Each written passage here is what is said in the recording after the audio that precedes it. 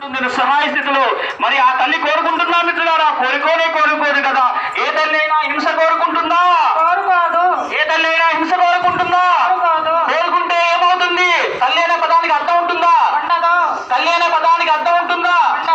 ఓ మనిషి మేలుకో, ఓ మనిషి మేలుకో.